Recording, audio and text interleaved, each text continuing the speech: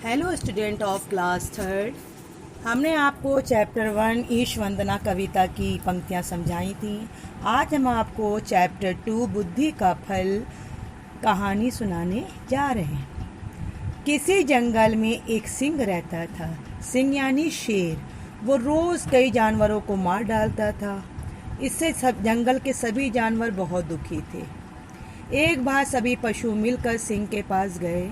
उन्होंने सिंह से कहा, महाराज, यदि आप हमारा इस प्रकार से हमको मारते रहे, शिकार करते रहे, तो एक दिन हम सब के सब समाप्त हो जाएंगे।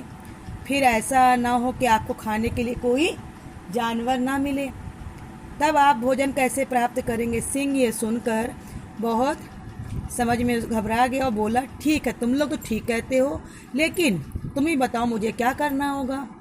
तब पशुओं ने कहा, हमारा विचार है कि हम में से रोज़ एक जानवर आपके पास स्वयं चलकर आ जाएगा, आप उसे मार कर खा जाएंगे। इस तरह आपकी भूख मिट जाएगी और हम सब भी खुशी खुशी आराम से रहेंगे।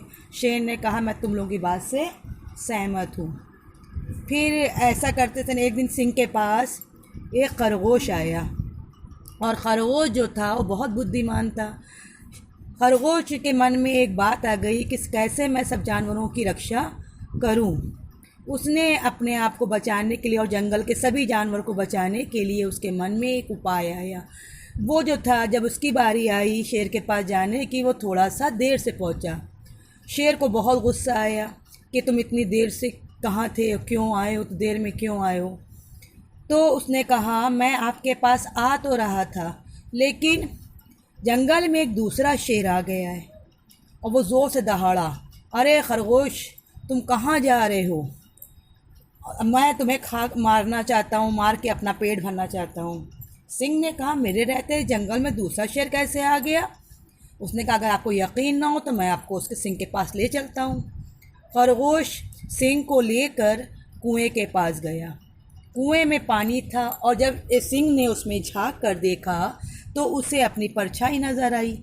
वो परछाई को दूसरा सिंह समझ लिया और सोचा कि अरे, दूसरा शेर यहाँ कुएं में छिप कर बैठा है, और ये कहकर गुस्से में उसने कुएं में छलांग लगा दी और वो उसमें डूबकर मर गया। खरगोश ने लौटकर जब शेर की मृत्यु का समाचार जंगल के सभी पशुओं को सुनाया तो पशु जो थे वो बहुत प्रसन्न हो गए और खरगोश की बुद्धिमानी का लोहा मान गए। इस प्रकार बुद्धि के बल पर एक छोटे से खरगोश ने